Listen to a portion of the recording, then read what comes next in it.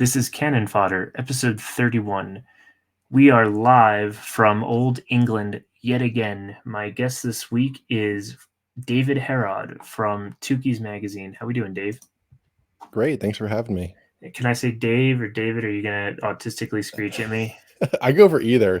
I've always just called you Hudson, so hopefully that's not offensive. Wonderful. All right, I'll just go with Tukey's then. Yeah. So when I reached out to you because I figured that I would run the sidebar podcast sort of gamut, right? I had Cap on to discuss Farnham's Freehold. I had Gabe on to discuss The Catcher in the Rye. And when I reached out to you, you were like, "Oh, let's cover some Jeeves stuff." And I was kind of, aware culturally of Jeeves, but I'd never actually gotten into Wodehouse. Or Wodehouse. I'm sure we'll get into that. So yeah, I guess where did this come from? Because he's very British, not very. I mean, he was popular in America for a long time, but didn't seem to have the staying power that he does across the pond. Yeah, that was one of the reasons I wanted to share him. And I'm also sorry that I had us start another one of his books before switching the one we actually read, On Jeeves, because I forgot that his novels, in my opinion, aren't as good as his short stories, which is kind of another reason I find him so interesting. But Wodehouse, I say Wodehouse now. I said Wodehouse all my life until someone corrected me, and I was embarrassed. So now I say it the other way. But I'm going to say it wrong frequently.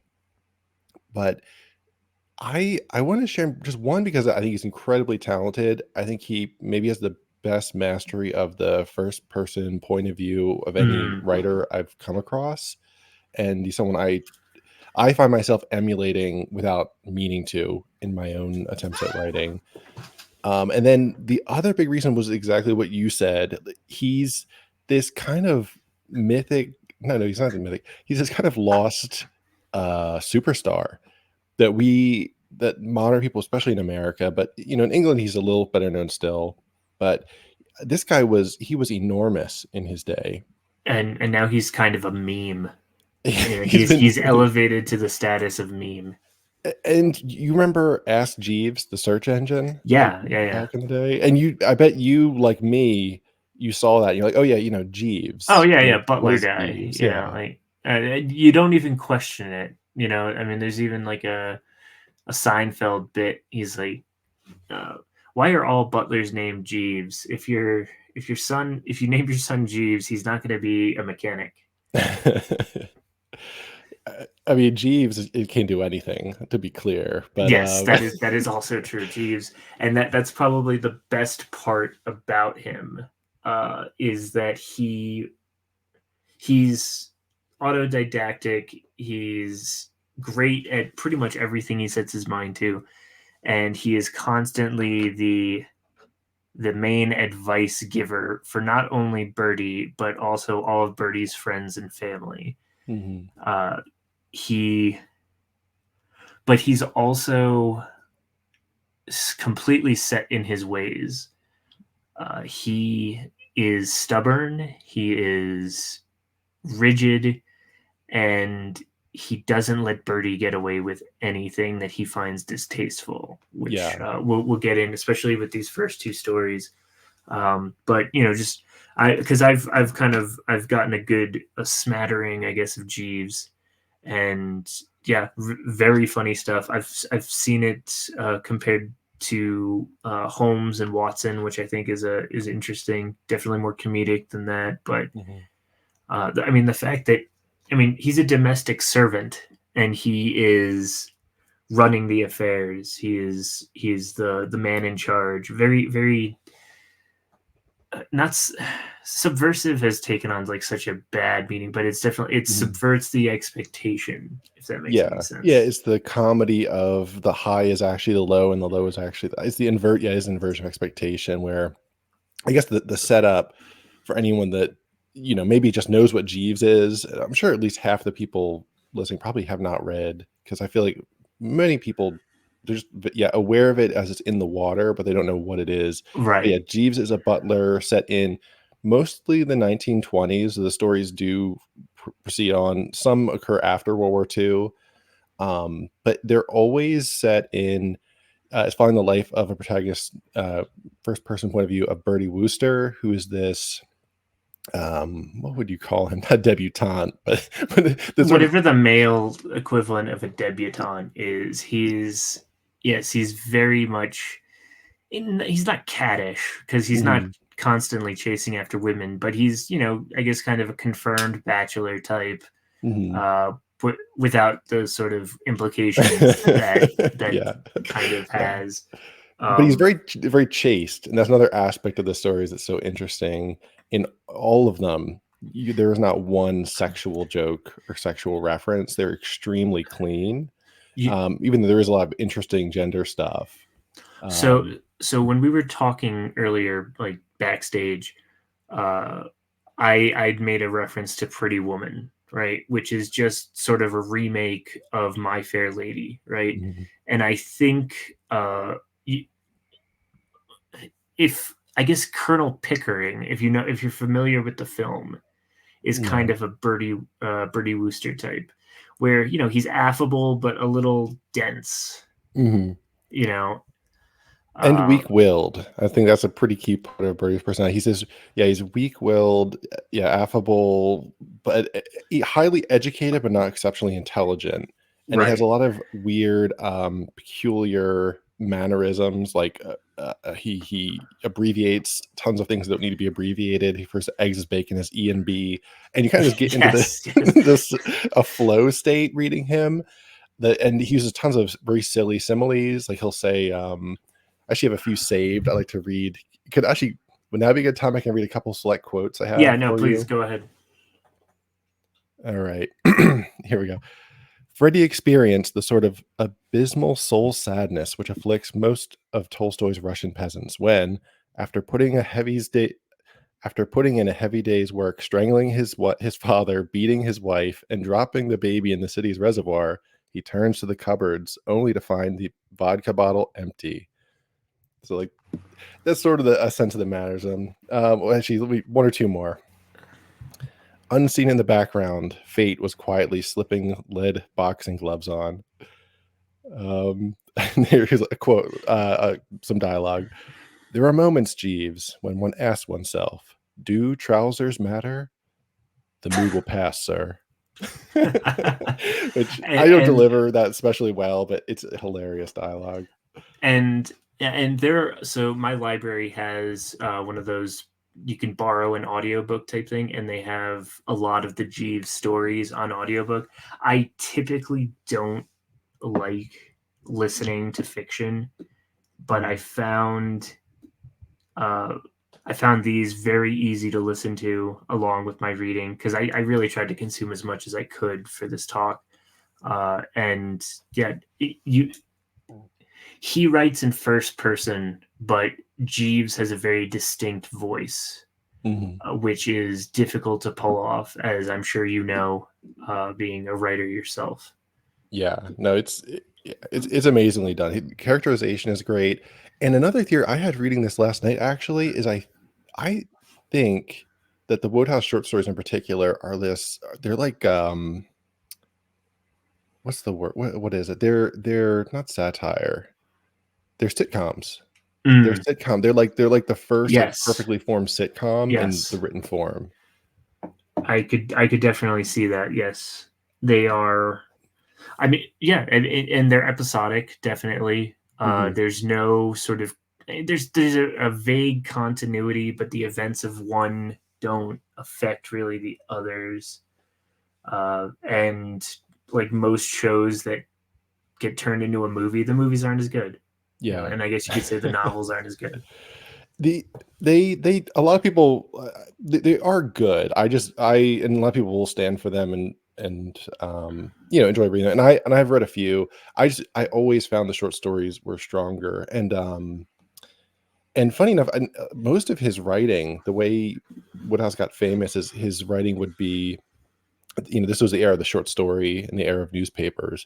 So all these short stories and many of the novels were released in magazines or in newspapers. Oh, he was very popular in the Saturday Evening Post, which for anybody who, if you read the Saturday Evening Post in the early half of the 20th century, you would be an NPR listener today.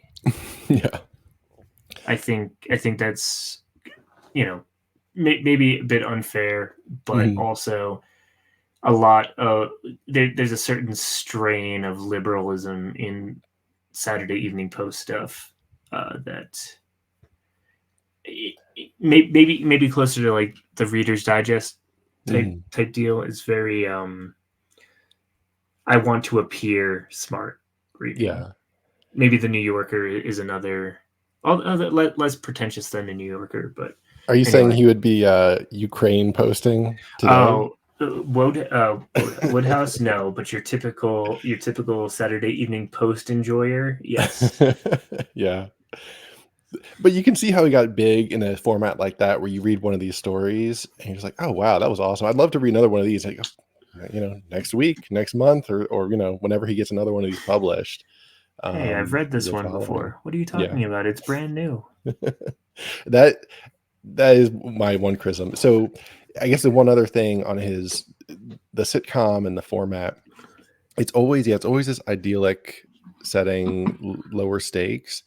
But I do think that's one of the reasons he has not, he's not as big of a figure. I think he is a bit repetitious in what he does, which, is a pro in some ways. But I mean, just for context for people that haven't, and why it's so overwhelming if you do try to pick him up.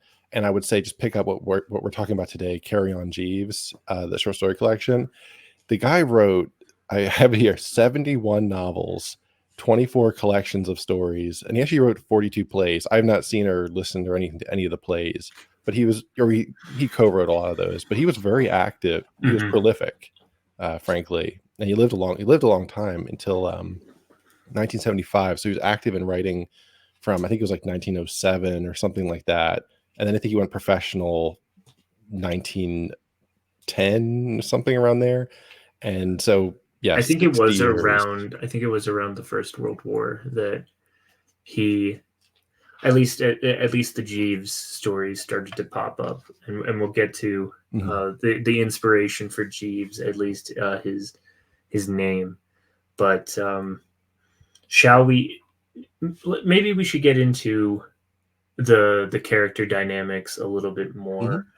You talked about a formula, and yes, I think if you read enough, it does become very formulaic. And in Wodehouse, he crafts this formula and he sticks to it, and it obviously it worked for him because it sold well, and Jeeves became the prototype for every butler in fiction ever since. There wouldn't be an Alfred for Batman without Jeeves. Jeffrey from Fresh Prince of Bel-Air, Mr. Belvedere, any sort of, I mean, heck, even murder mysteries where the butler does it have some Jeeves aspects to them. He created the whole archetype from whole cloth, and you can't escape. As soon as you say butler, it's Jeeves that comes to mind. Right. And even to Wodehouse, it didn't arrive fully formed. If you ever, I know you said you bought like a very large anthology collection. If you flip through, you'll probably stumble across Reggie Pepper's story, which is basically the larval form of Bertie Wooster. It was some stories he wrote 5 years or so before that follow the same dynamic, but I can't remember if there's like a somewhat Jeeves-like character. I think there isn't. I think that's sort of the big, the dynamite that maybe helps set it off. I mentioned Seinfeld earlier. It's kind of like that. Did you ever see that first pilot episode of Seinfeld where they didn't know what to do with Kramer? Yeah, so when they hang out the laundromat for way too long. Right. But as soon as they figure out, like, okay, as soon as they figure out one or two characters, then they have the formula, So that I really do think that your sitcom comparison is well taken, because yeah, I mean it works. It really does work. Yeah, yeah, and I think it's one of the reasons he hasn't lasted. I think the other, I guess, just to close up, maybe my argument of why I think he's not as well remembered is because short stories aren't as celebrated in our Hmm. culture. Reading in general is not as Yes, as yes, I know. pursued. As I have a book podcast, you Yeah. don't need to tell me. Yeah. Yeah. All five of you, listening to either of our podcasts will attest to this. But yeah, short stories are hard to sell. Anthologies are hard to sell. Weirdos are more into this stuff will do that. But yeah, I just Double know from Dealer people like 12 doing is it. available for purchase, by the way, for Yeah. all you weirdos out there. Yeah, get it today. But yeah, it's a harder sell for whatever reason. And so I think those two factors are pretty big. And then also him just not being, at least in America. I only speak as an American because as you mentioned, I think Brits are more paying into it. And there was also an anti-Wodehouse backlash after World War II, Mm. because he made some boo-boos in the during that. He was a pretty non-political guy. Are you aware of that? Or Jeeves throws a Roman salute. Uh, Swastika. well, actually, you know what is cringe? I have to admit, Baba Woodhouse, he did post some coal in his time. There is a I can't remember. I don't think he's in this collection, but there is a sort of fascist parody character, who's sort of a who was the British guy, the British fascist Oswald Mosley. Mosley. Yeah, he's a sort of Mosley-esque parody figure. I But liked the run in with the communist, where yeah, Bingo Jeeves Little. meets this communist who's trying to liberate him, and he just thinks it's complete nonsense. Yeah. Because that's the thing, is Jeeves one has always he's always been a servant to someone. When he was I looked up his character biography, and I didn't read the story, but he was a batman for an army officer, so he's basically an orderly when he was in the army, and he's when you read Jeeves Takes Charge, he's been at this for quite a while, and he's only in his late 20s at this point. Mhm. Um, it's very much this. He's like a duck in water. He's doing what he was born to do, and he was born to lay out a man's trousers for him every day, and Yeah. solve his problems, and get called from whatever vacation he might be able to take once in a while. He's a strong believer in the old feudal spirit. What? Yes, no, he is the strongest link in the great chain of being. How much of a learning curve was it to get over I think it's Edwardian English, like the weird birdie accent? Like, was that how long did you start reading? I don't know how much you've read that in that style before, where you're like, oh, he's saying what? That's just like a thing he says. Yeah, or Rummy. Rummy was Remy. very difficult for me, because I was just thinking, oh, he's calling him a drunk. Yeah. Okay, but that was not the case. Yeah, it's definitely a learning curve. I'm fortunate, and one of the reasons I'm so nostalgic for is I received a copy of the collected short stories from my uncle when I was pretty young, and so it was one of those where I would just read one every night before bed for a long time. And yeah, there's actually a bit of a history for it. My uncles actually used to record audio readings back in like the 80s or 90s of the Woodhouse stories, and they would send them over cassette tapes in the mail, which like always, I don't know. So that's where I credit me stumbling upon it early too. That's interesting. Yeah.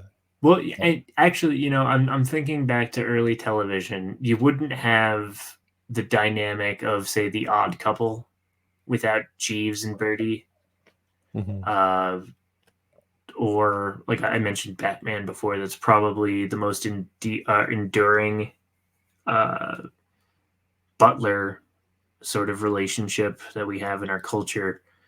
There Mm. was one other, and I lost it, and I'll probably bring it back at some inopportune moment. A famous butler. Oh, before we get into at least the stories we'll cover here, can I share about the adaptations? Yes, yes, go ahead. We love shitting on adaptations on Canon Fodder. Well, actually, so Marvel heads out there can rejoice because this series is a bit of a proof that there's nothing new under the sun. There were film adaptations in the 1930s of Jeeves and Wooster. Believe it or not. The Jeeves cinematic universe. Yeah, the Jeeves universe started in the 1930s. You can find it on YouTube. I don't recommend it, at least not more than a minute. It is dog shit. And I don't say it lightly. Like I'll give anything a shot, but it is like irredeemable. And Woodhouse even like a weird thing where he was in Hollywood for a while. Because he wrote plays and he was really celebrated by like 1930 or so. He was like a big figure. And he was getting, I read on Wikipedia, he made $2,000 a week, which I don't know how much that is today, but that's that's got to be like yeah. 10 grand or I mean, something. in this economy. Yeah, bananas. So they shout out that, and then I suppose he did some other stuff. He just left because he couldn't find anything to do there. But anyway, that adaptation exists, and it's, what did they do? There was like some weird racial stuff in it too. I think they squeezed a black guy in there, and it's like, what is even go? And they were like, I remember I watched it one time, and they were just like driving a car down the road, and yeah, the characters were just did not act like their characters. And there's like I think there's a black guy. Netflix presents Jeeves. Yeah, old who's a ginger character? We got some ginger erasure, I'm sure. Yeah, there you go.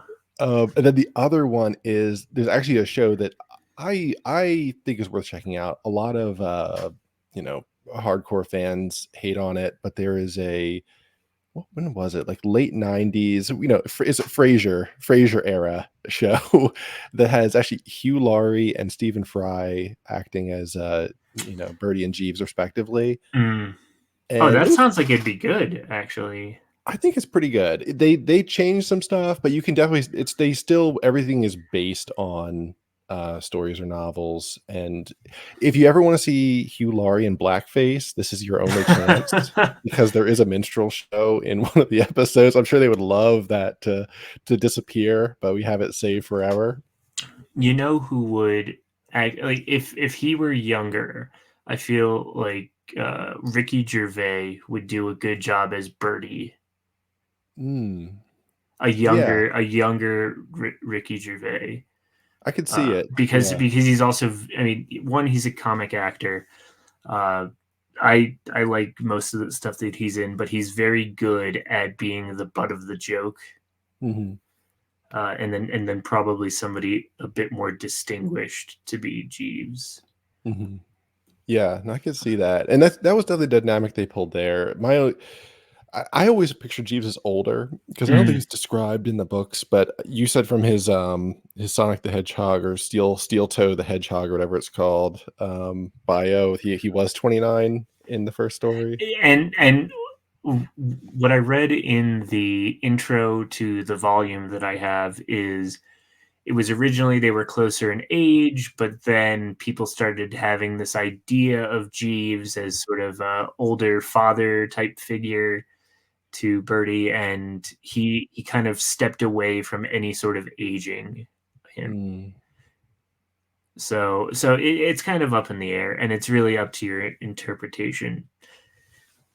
I think it works a little bit better if they're closer in age, personally, because you have that sort of near peer. It makes Jeeves more impressive if they're closer in age.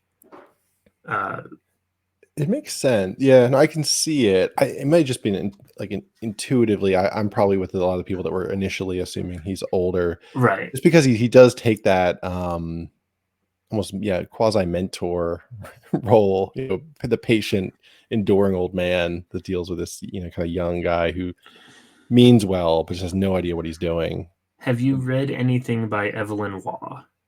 No. Oh, no, he's another sort of British humorist from around the same time. I think, and they were definitely contemporaries, maybe even friends.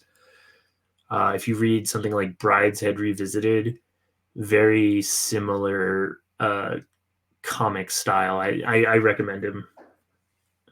Yeah, I just opened up a tab. Lord Cockburn is featured prominently. I'm assuming that's a character or his father. I don't know. Try not to laugh, Hudson. Try not to laugh. Yeah, I think that's actually his family member. So okay, that's his bloodline from the Cockburn bloodline. Of the Cockburns. Yeah, The Cockburn Woosters. that actually would be a very like Woodhouseian name.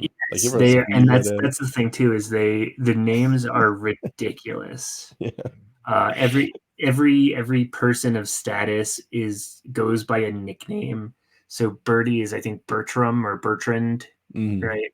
yeah. But he goes by Bertie. All his friends are Corky or Rocky, And or Bingo and yeah, yeah. it's and that's the thing too, that but one Jeeves never has a nickname. I think his first name is what, Reginald, I don't even remember. He's something like that, right? But he's mhm, always proper, always well mannered, and never gets familiar, right?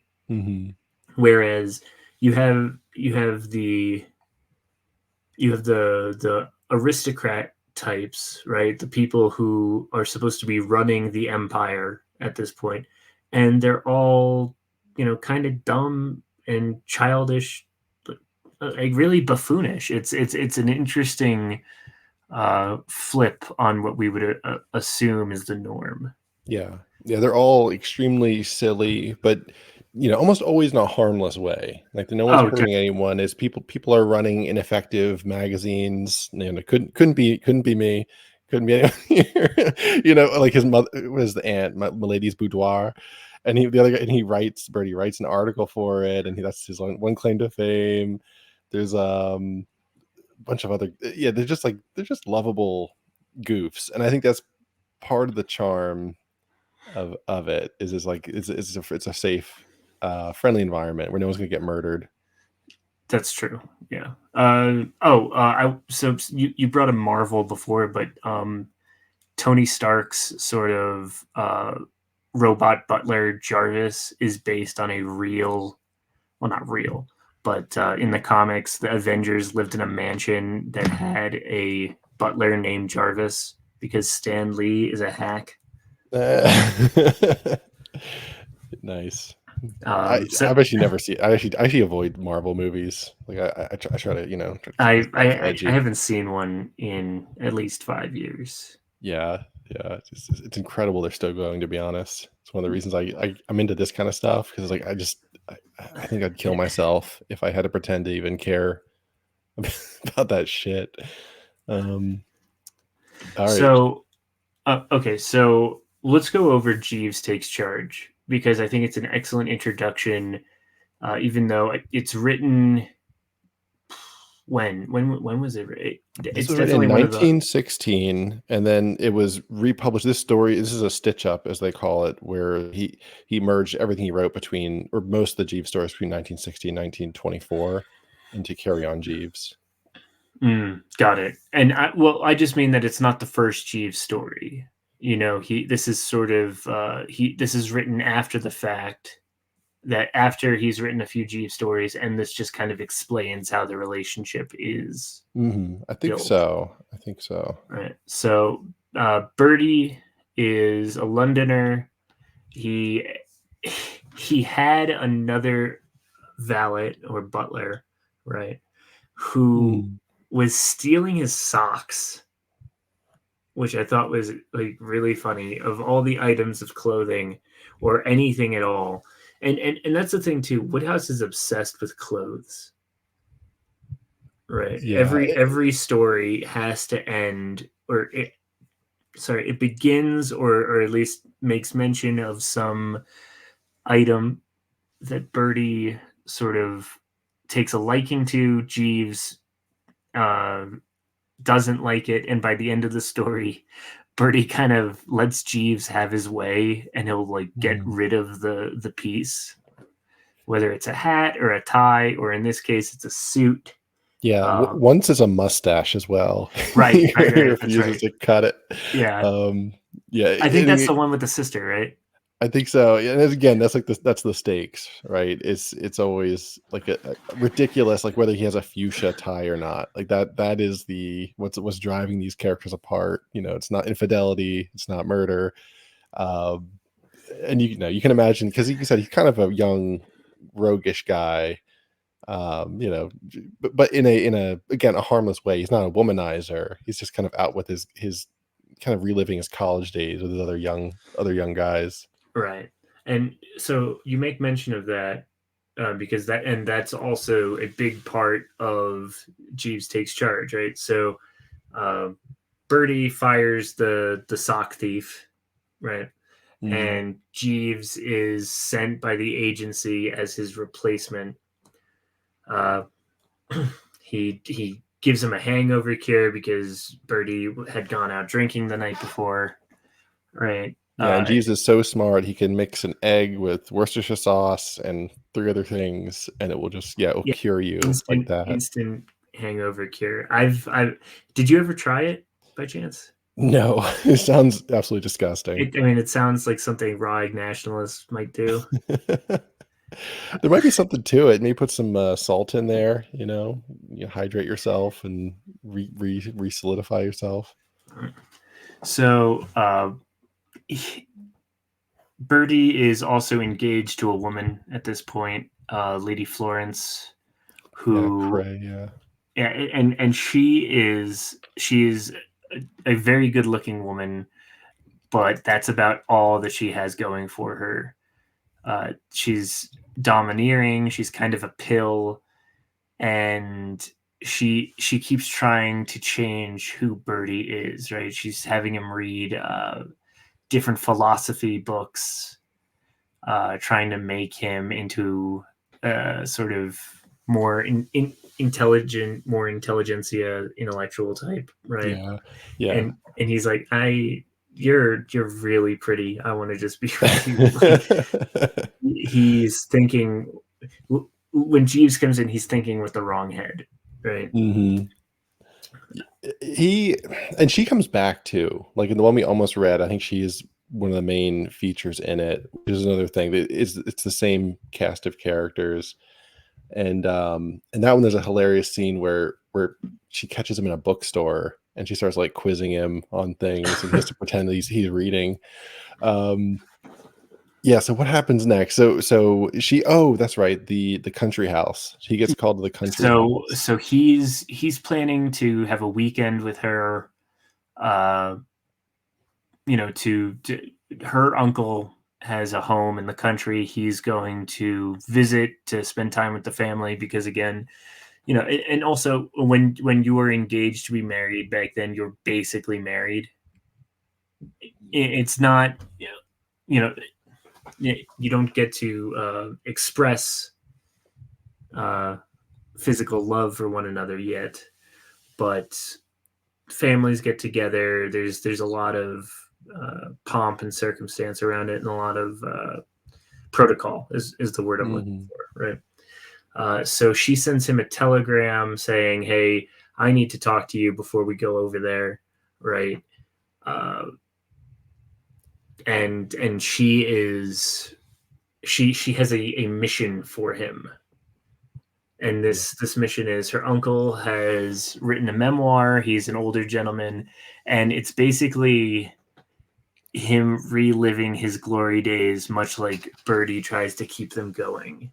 Mhm. Yeah, Uh, there's references to getting thrown out of drinking halls and time in I think in the colonies, and I think it's his uncle, but his uncle was friends with her father oh, and that's some right. other That's right. family members, Yes, and yes, even some of the female family members are supposedly, like, pulled into yes, and this it's all. memoir from It's hell. going to be very scandalous, or at least it would have been in their younger days if it ever got out. And so Oh, Florence is like, you his gotta. name is Lord Worplesdon also. That's a Yes, good note. Florence's father, right? Yeah, Lord Yeah, Worplesdon. great name. Woodhouse has a way with names. definitely. And then also we as you come in, we meet the young boy. What's the boy's name? He's a Boy Scout essentially. He's Oh, just he's this like such little a prick. do-gooder little shithead, which Yeah. has another frequent themes in these stories. There's always these little shithead boy kids Yep. who just get in the way, and a lot of times he actually they'll get in a hit on them or something.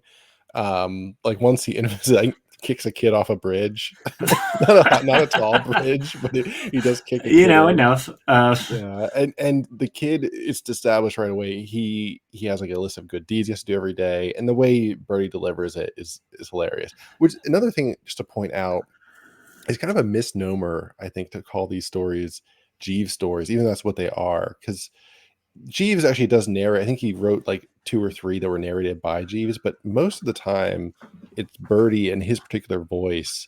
I think like it is the story, and it's why making adaptations was always so fraught and challenging. Because I don't want, I don't want to turn this into just like, a live read of the entire thing, but like his that point of view and the way things are described like is has such a charm to it, and it is the story in a sense.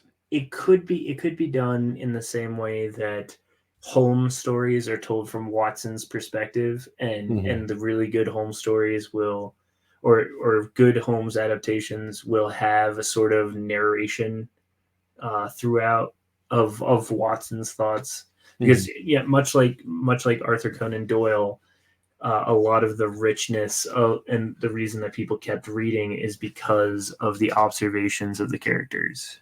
Mhm. And it's Yeah. really it's amazing that he one able to keep it all straight, but also that he's able to keep Birdie so consistent.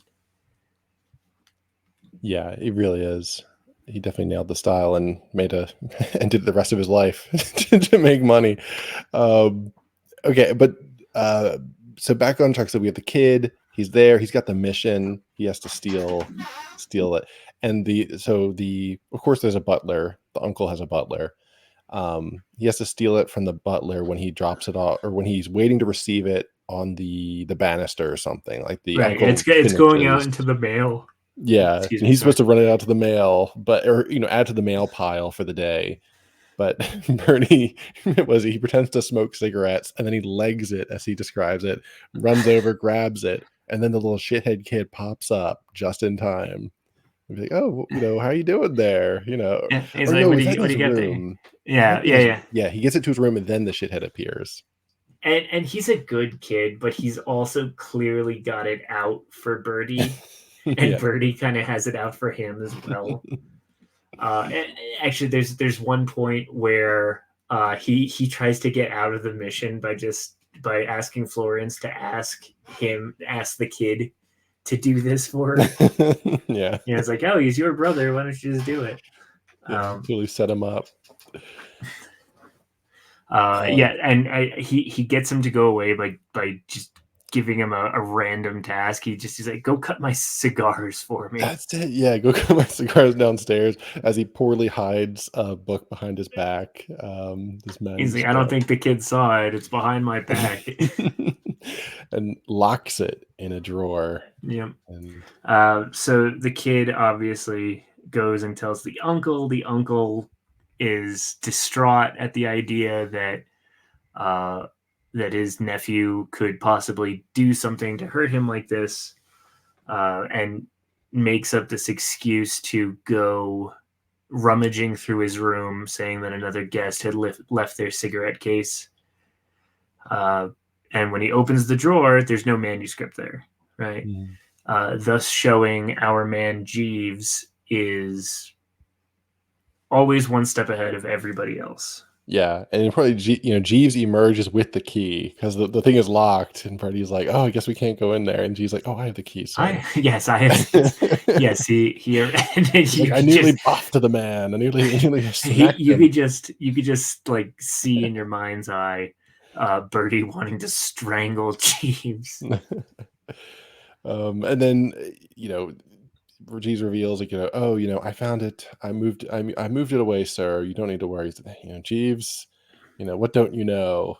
And of course, Birdie thinks it's been safely housed somewhere else for destruction.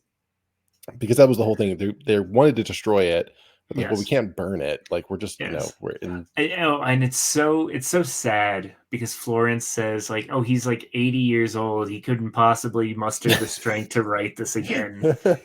And it's like, oh man, this guy's whole, like, he put his entire being into this manuscript, and you just want to throw it away. Yeah, yeah. I have a manuscript in the trash. I can relate. So, but I I got only stuff some I years only on write me. gold, so Yeah.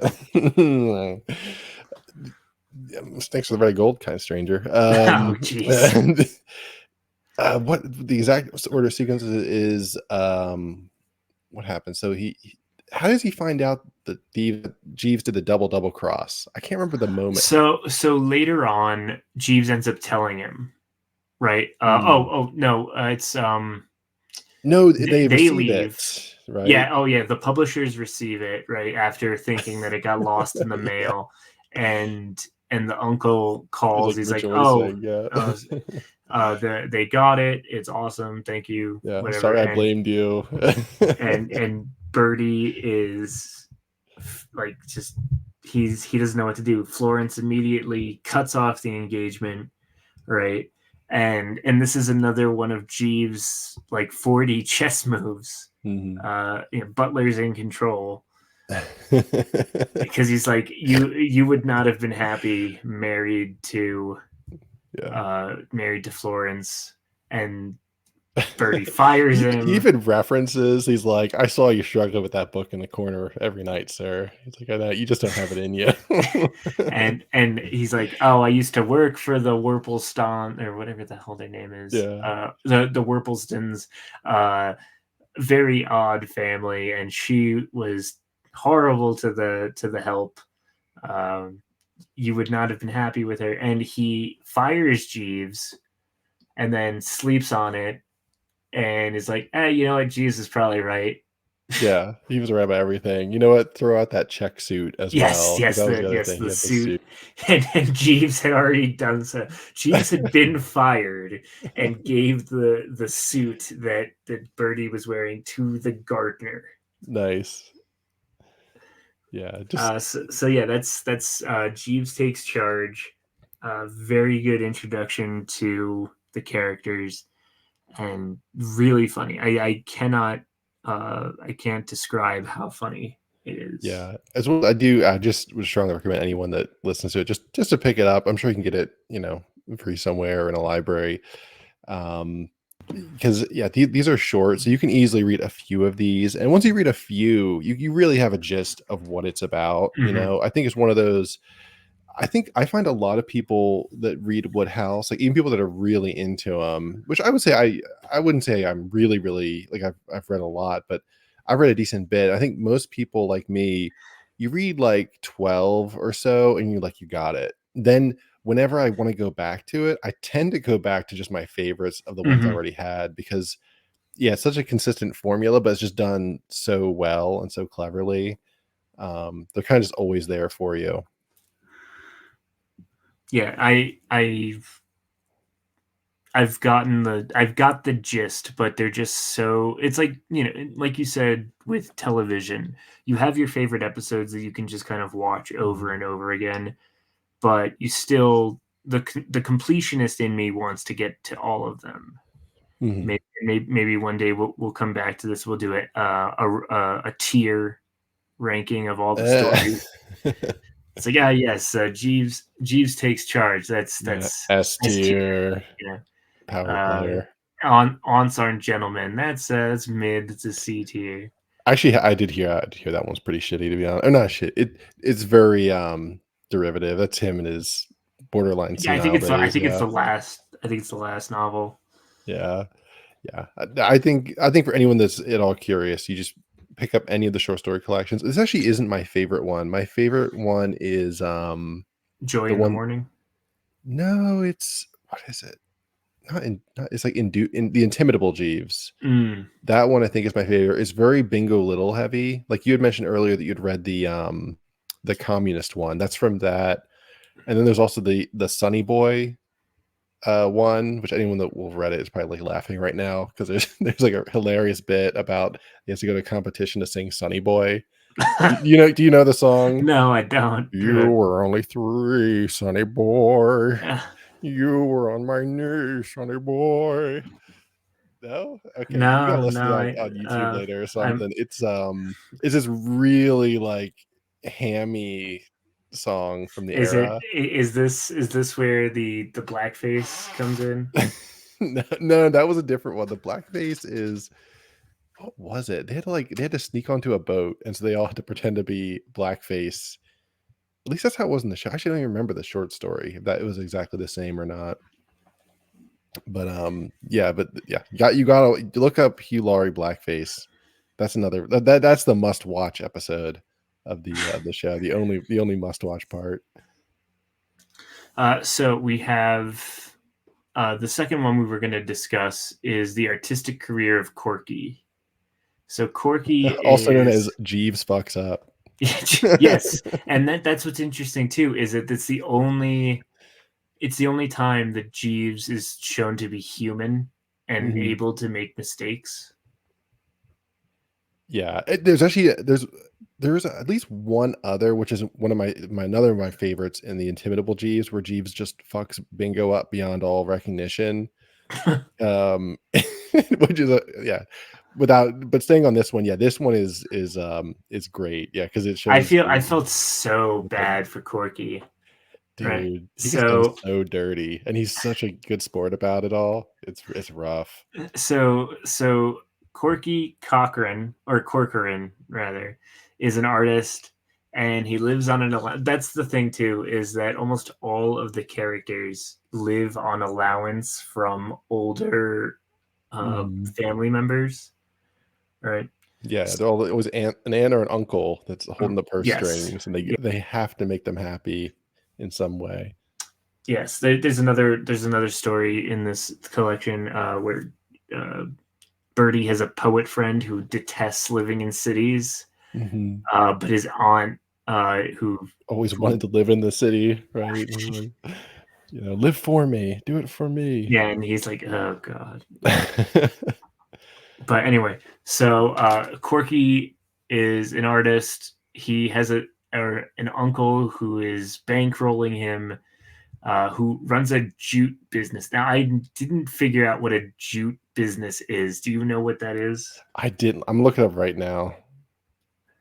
Because it's and that's the thing too is Wodehouse. I've gone back and forth like three times.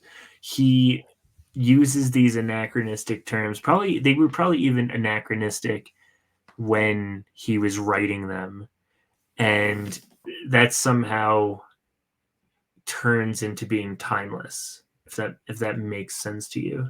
Yeah, yeah. So the jute trade is like it's a plant fiber thing. So, and his He's a uncle wants to CEO get him in. salesman. You gotta start at the ground floor too. That was the big thing. He's like, "Corky, you gotta come in, you gotta become an understudy in juting, in in jute sales or something." Um, that's hilarious. So Corky's also engaged to be married, and he's terrified that his uncle will disapprove of his betrothed. Uh, Bertie asks Jeeves for advice, as everyone seems to do, and Jeeves. It, I mean, it's a good idea, and it works. It just works way too well. Oh, there is Um, one detail in the girl though, that's gonna be important later. She's a chorus line girl, which basically means she's like a backup singer and dancer, which right. at the time I think you're kind of like known to be loose.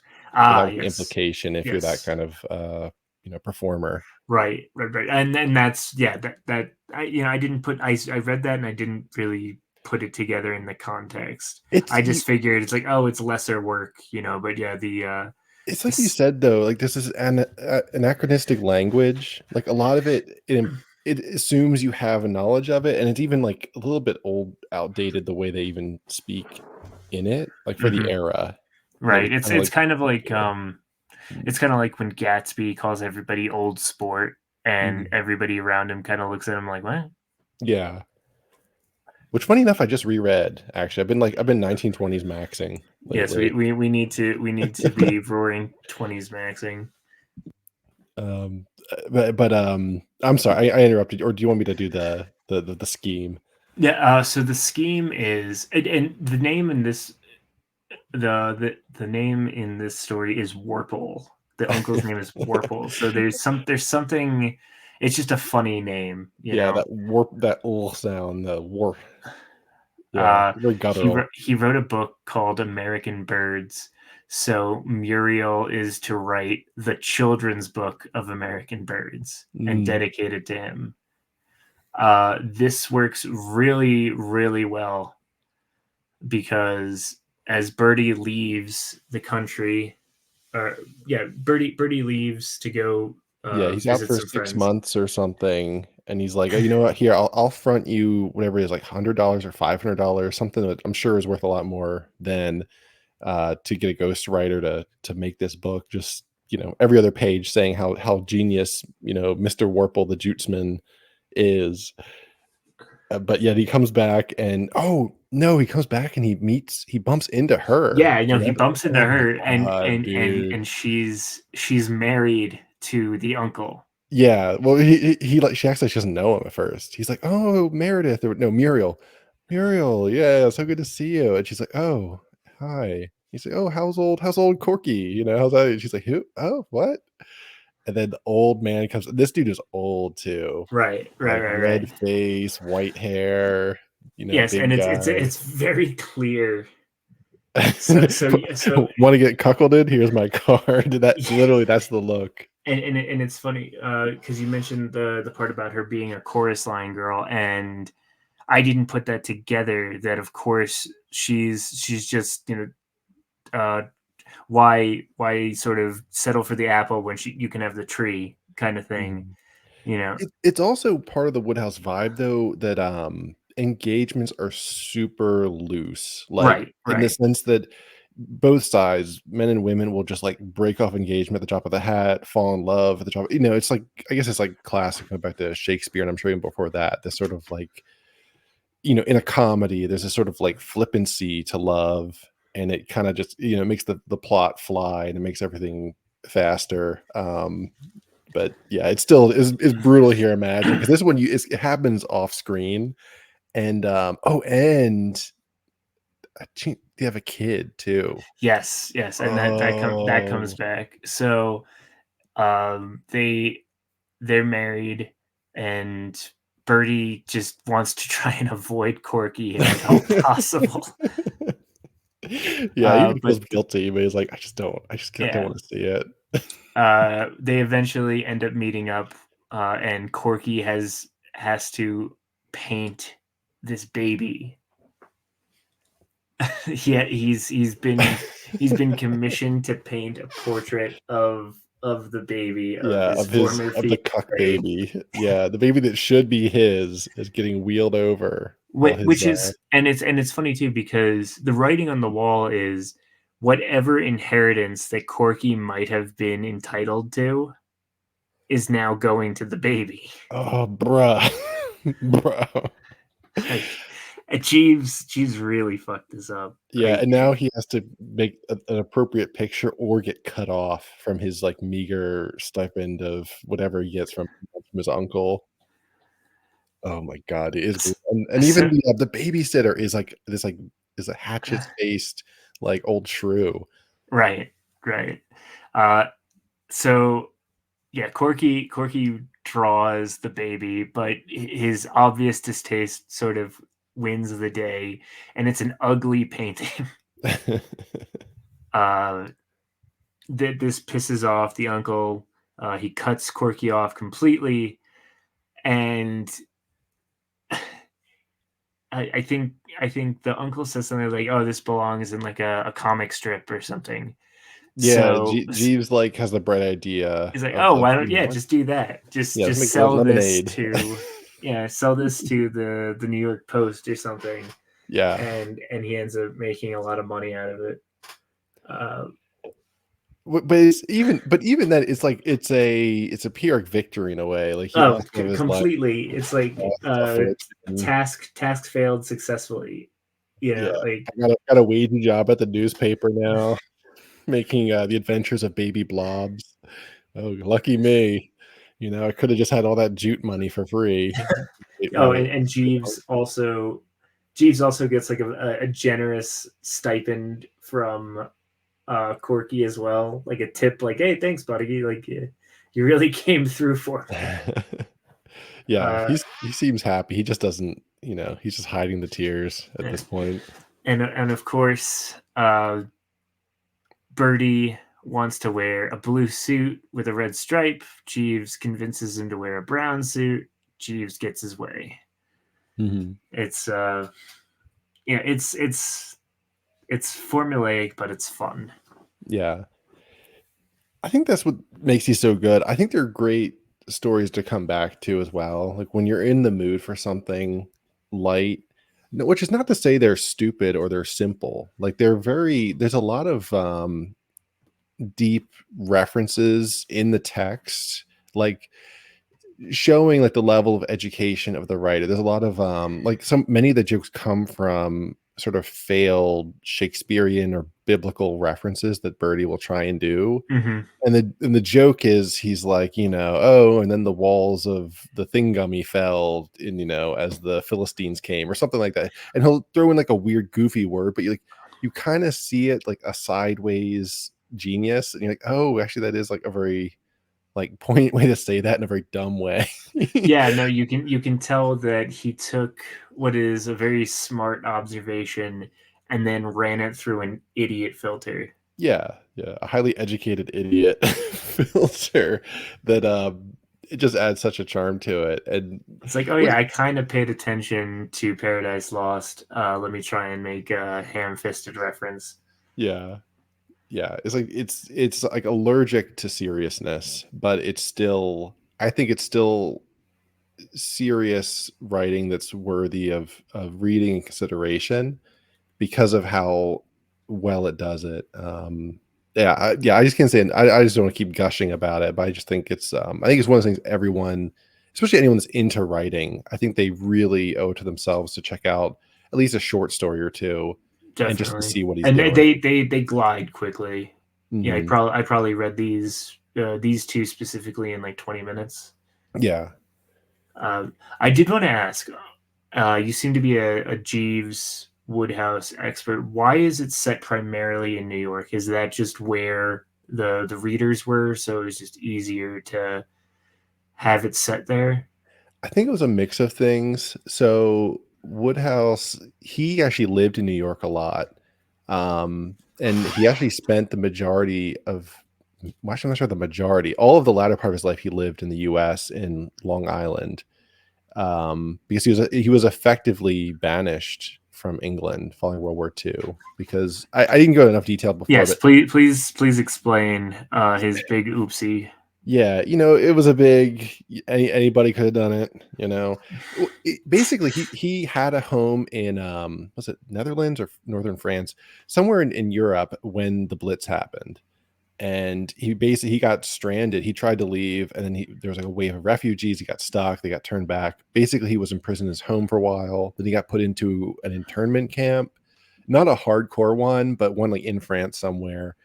And and the SS came to him and said, hey, would you be willing to put on a radio production, like non-political? Would you be willing to put on a radio production? We'll get you out of these, to better accommodations, nice like upscale hotel in Berlin.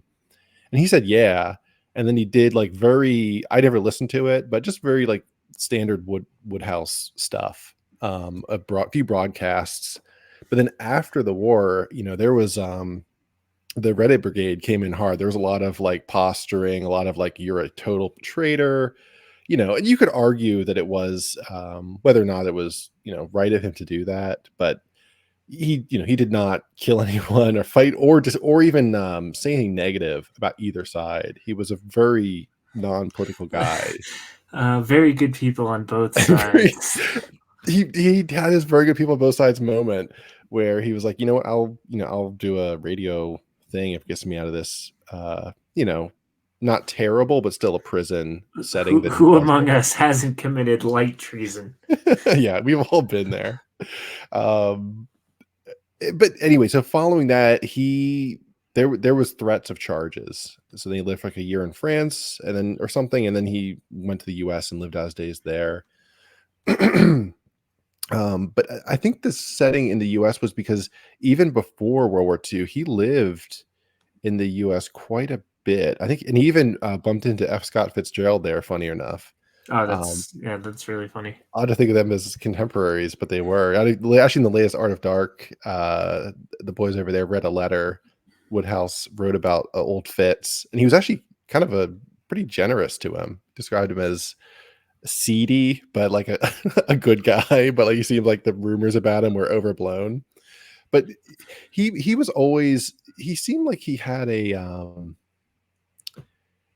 I don't know. He seemed like he had almost a fraught relationship with England after he left it, and it was always frozen in his mind, and particularly in his stories, as what it used to be or was in his boyhood, because he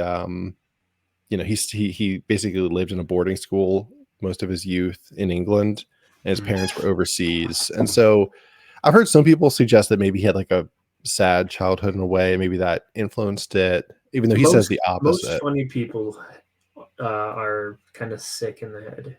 Yeah. I've noticed that, and I'm certainly not the first person to say that. But yeah, if you're, I could imagine that Wodehouse probably had some demons.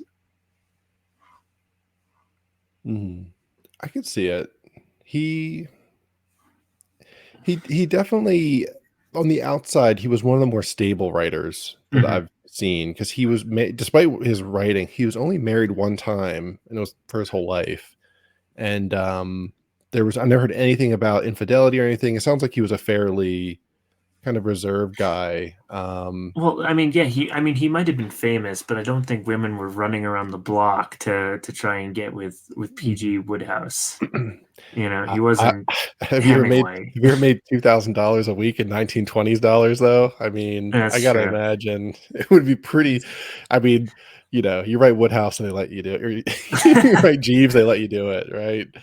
Um, which I, You wear the right ascot, and they just let you. yeah, you wear the fuchsia ascot, and what can I say? It is a good observation about the New York thing, though. I always get the impression he's like spiritually had like an American ism to him that He made really him like feel liked like that he they didn't didn't fit want to put in. him in prison. Yeah, yeah, that also. I'm sure that was a pretty big perk. But these were written in what, 1916, 19, for the most part 1930, and then after that, it was mostly novels. Like I believe he got big in like the 20s and the 30s, and then after the war, if you look at his bibliography, as I recall, it's like almost all novels, which to me is more like one, that's what sold in that period. Like the era of the short story was pretty much over. And I think that's, like I said before, I think that's one of the reasons why he didn't like transfer as neatly as many other authors, because he like really, all his primo stuff I think is in the shorter form, and everything Mhm. else is like, I don't know. It maybe be interesting. We can chat again someday if you ever want to read like one of his novels, because as I mentioned earlier, we were supposed to read one of the novels, and I read like the first third or so, and I was just like, it just doesn't have quite the same pop. I was like, I'm gonna scare Hudson off of this guy. The Hudson scaring behavior. Yeah, yeah, yeah. Don't scare the Hudsons, bro. Yeah, I don't know. So I'd be curious, and just for my awareness, to read one of the novels as a point of comparison at some point. So I think, and it's funny because he's had some popularity again in England, right? Uh, Everyman's Library, who I love, they're a book publisher. They have an American wing and they have a British wing, right? And the British wing has recently put out like basically an entire hardcover collection of Wodehouse. Mm. It's just all of his work. So it's all of the Jeeves stories, all of his other works, and then even some of his personal writings as well. Oh, So cool. I think now that Winston Churchill is dead and buried, Wodehouse can be popular again. Yeah. Actually, one other thing, a bit biographies thing. He was like formally forgiven and knighted the month before he died, or something like that. Oh, that's So nice. yeah, he did like live to see himself mostly redeemed, and I think now it's more of a point of curiosity. But I think there was 20 years or so where he was, blackballed over there. Um, but yeah, it's just I just find it fascinating, and I hope more people check it That in out. and of itself could be a sort of Jeeves story. Imagine Bertie is stuck in France and he accidentally commits treason.